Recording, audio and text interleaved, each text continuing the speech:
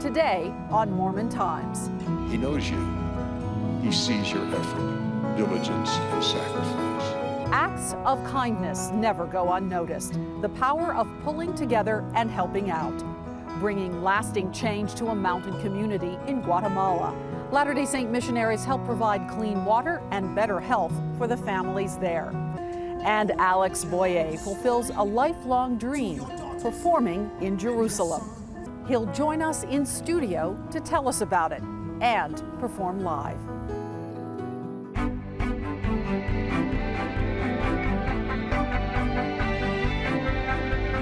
Service. Latter-day Saints know it can, it should be a daily experience, offering help in so many ways.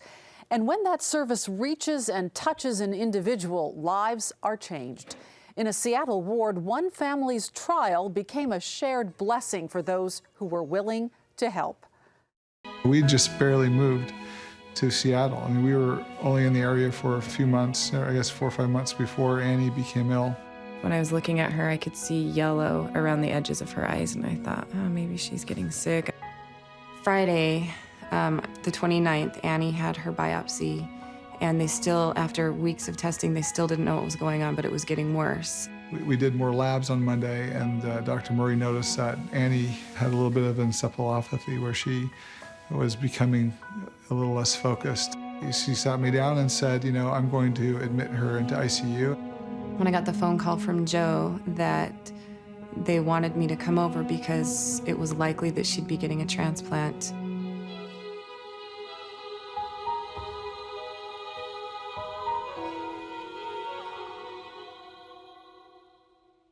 I remember when I got a phone call from Michelle saying that she was in the hospital. She organized many of our neighbors to bring us dinners, and she really let the community know what was going on with her family, that we just had moved here.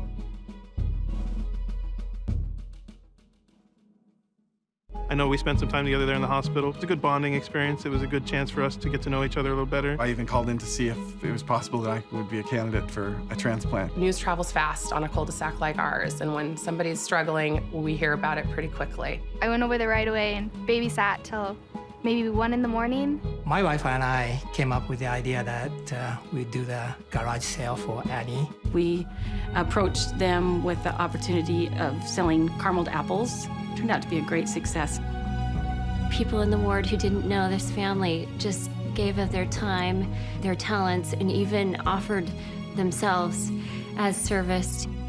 I've shot some video for just small little projects. Michelle Rowan knew about those, and so she had asked if I could put together a video talking about Annie and her story. Since that has been released and been shown, it's raised about $10,000. The idea came up of making her a blanket that would be soft and snuggly. It has a pocket, the center, where we put some things for her and where she could put things.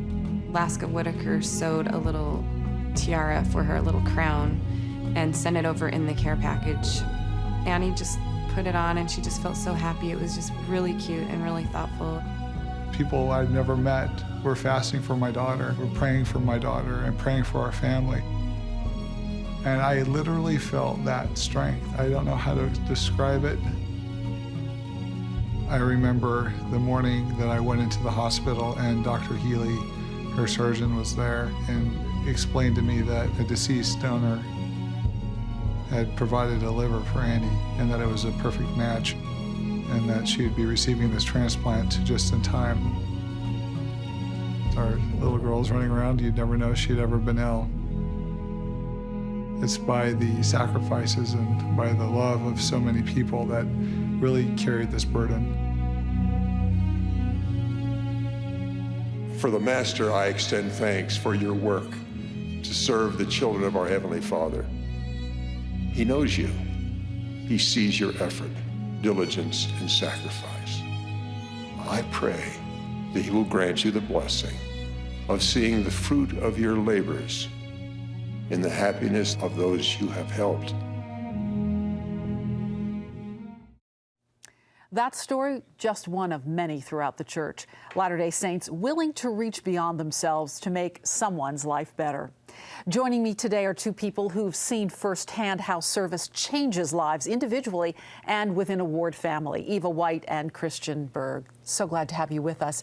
Eva, first tell us what you have seen with individual acts of kindness from young women in your ward. Well, we have a daughter.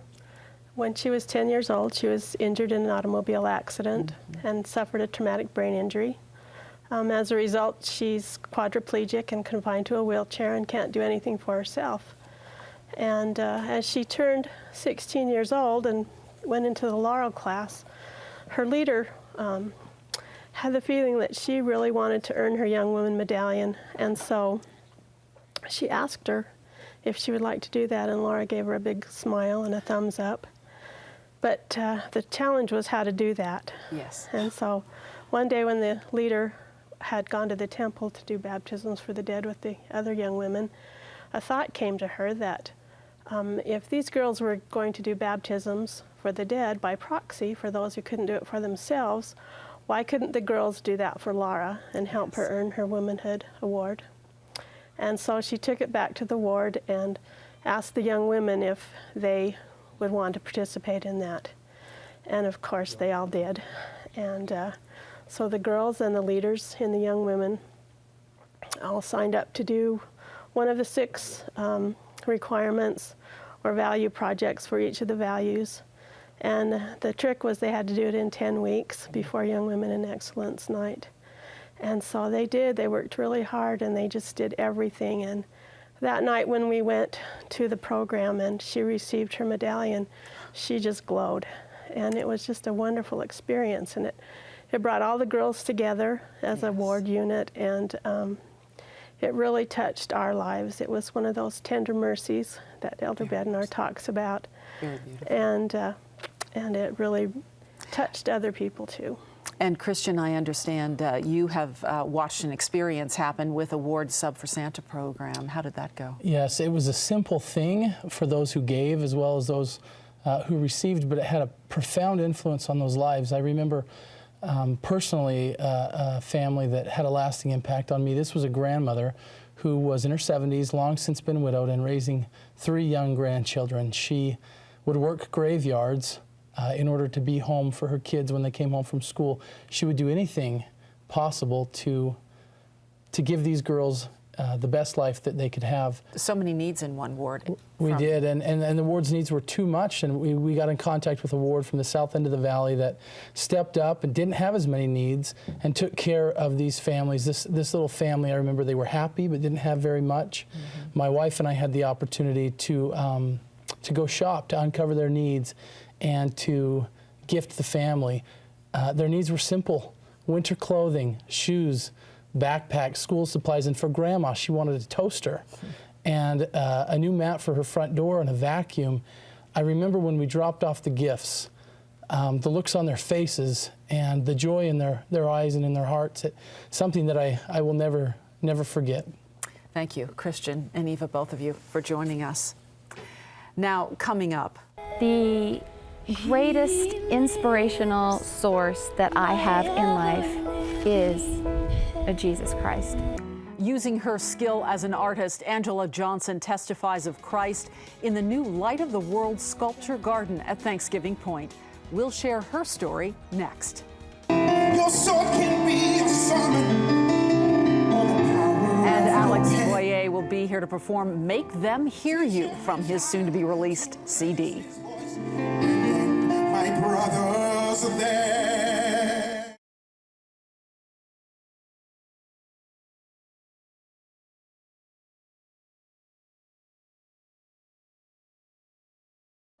Life frequently takes us to places we never imagined possible. For Angela Johnson, her journey to become a sculptor was an experience she had not anticipated. Having never trained as an artist, she discovered her talent later in life, and it surprised her. Here's her story. There is music in these sculptures. I know that my Redeemer lives. Everything that you see here has come from an individual, myself, who's not been formally trained. I'm Angela Johnson, and I'm passionate about Jesus Christ. Nothing fascinates me as much as he does. The greatest inspirational source that I have in life is Jesus Christ. When I first started sculpting these depictions of Christ, and I would state, I'm going to do a sculpture garden of the teachings of Christ. And I thought the strongest thing that I wanted to share with people is that Jesus Christ is the light of the world. Not only spiritually speaking, but literally. He lives to bless in time of need. When I was 13, I started to, my mom got me into voice lessons. And my goal was to become a famous operatic soprano. I didn't have any idea about becoming a sculptor. One day I sat at my piano and I realized that my goal to be a prima donna at the Metropolitan Opera was never going to be realized. And it was right at that moment I shut the lid to my piano. I went to the art store, bought a block of water-based clay and one sculpting tool, and 4 hours later there was a portrait bust of a little girl on my kitchen table. And it felt like there was an intelligence in my hands that I had never experienced before. When I began to sculpt, the whole goal was about the sculpture garden. Come follow me, the Savior said. I want people to revisit Jesus Christ, but I want them to see that his teachings are living and that they have application for us today. Through my art, I want people to feel the love of God.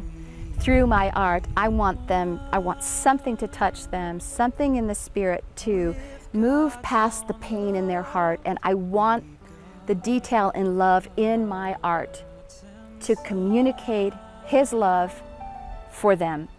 I didn't sculpt these to just put them as a constellation around me. The reason why I sculpted them was to strengthen faith in Christ.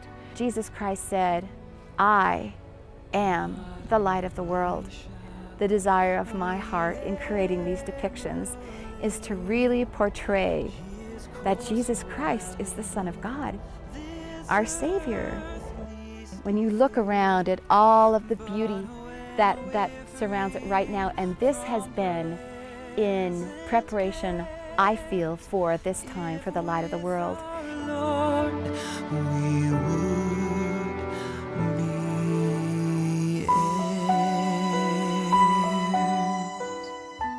To me, the gospel of Jesus Christ is the most beautiful thing on earth and in life. The Light of the World Sculpture Garden is now located at Thanksgiving Point Gardens in Lehigh. Up next, sustaining a community in need. These people have poor of the poor houses, but it will not be that way when we get done. Working to bring fresh, clean water to homes in a small village in the mountains of Guatemala.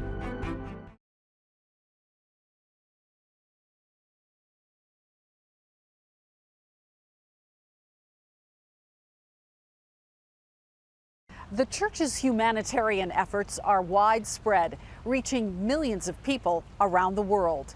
Recently, in a small mountainous village in Siamé, Guatemala, the church helped bring fresh, clean water to a community in need. The community suffered a lot because of the lack of water brought about diseases and made our children sick a great deal of the time. We did have a lot of trouble with the water that we had before. It was dirty and made our children sick. Not only did it make our children sick, but I spent almost a year in bed with a stomach ailment from the water that I couldn't get over. Now with the clean water, the health in the community is just much better. It was really hard, but you do what you have to do. We would bring the water back. There were even times that the spring dried up and there wasn't water there. It made matters worse. Our children had to go to work to bring in water and firewood. As a result, they couldn't go to school full time. So it's really made a difference in our families' lives. We're going to see how we make a difference so that they will never be the same, and so that it will change the inside of them. The first project became to put water into the community. They hadn't had water, never had water. We're talking a starting community of about 2,000 people, 300 families. So each family put up some money, plus they put up their own labor as well. For some families, it was hard, but they did it. There was a lot of support there. Climbing that hill is really tough, but like there was the families there who were helping. They were bringing water. We're seeing that they're doing teamwork, one handing like a bucket of concrete to another, just the whole time working together. It was quite amazing. The greatest thing that happened in this project was that they did the work. I feel like these people really have taken ownership of the things that they're doing, and that they feel that they are their projects. And so often in humanitarian, we want to count how many thousands we've helped this year. You can't count that. What you count is how many people have we changed this year. How many changes have we changed inside so that when generations come behind them, it's different. We have met together as a group of women and discussed what has gone on here, and we have all committed ourselves to work toward a successful community and to keep all the things going that have been started. Thank you all from the bottom of our hearts. I have heard that the people that helped us here belong to the LDS Church. This group has helped a lot. They help the young and they help those that are in need. More than anything, I want to thank them for all the benefits they have given our community. They have done a wonderful thing that will not only be great on this earth, but beyond. They know they have a special place where they will go and they will realize that they once helped this people. I am so grateful to them for the support, and on behalf of all the poor people in this area, thank you so much. Now that we have water in our homes, we are just a much happier people. I don't know what the statistics are. One time I heard that the statistics were that half the world went to bed hungry every night.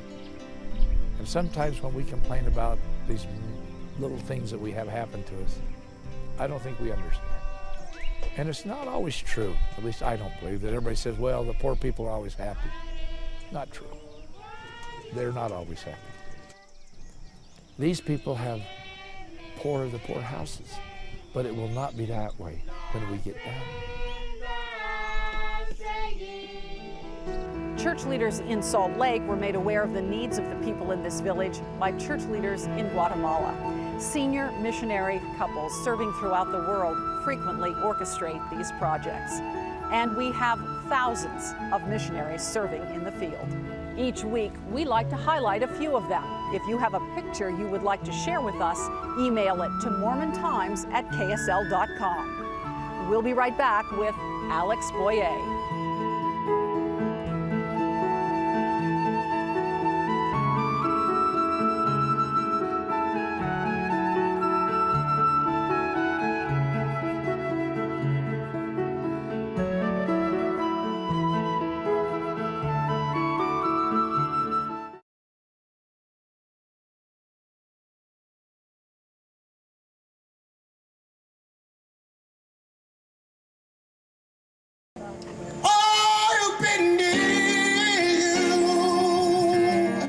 Alex Boyer recently had a chance to sing at an event in Israel outside the walls of the old city of Jerusalem.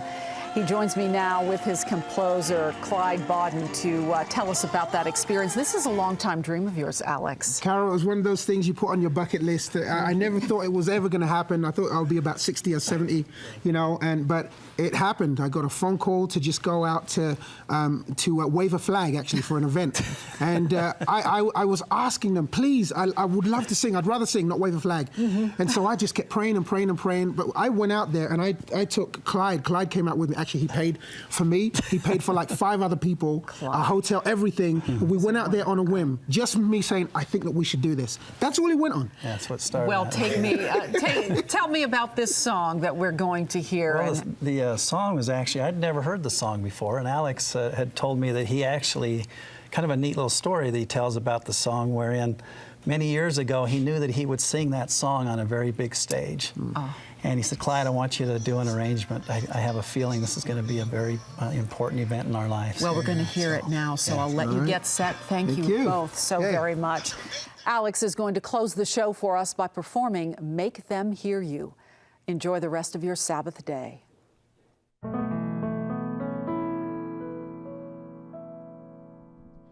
Go out and tell the story. Let it echo far and wide. Make them hear you. Make them hear you. How justice was our battle and how justice was denied. Make them hear you. Make them hear you. And say to those who blame us for the way we chose to fight, and tell them there are battles that are more than black or white. Oh, I could not put down my sword when justice was my right. Make them hear you. Make them hear you. Go out and tell the story to your daughters and your sons. Make them hear you. Make them hear you. And tell them in our struggles we were not the only ones. Make them hear you. You gotta make them hear you. Your sword can be a sermon or the power of your pen. Teach every child to raise his voice, and then, my brothers, then will justice be demanded by 10 million righteous men? Oh, make them hear you. Make them hear you. You gotta make them hear you. Or make them hear you. Said make them hear you. Make them hear you. Make them hear you. Make them, make them, make them hear you. Make them, make them.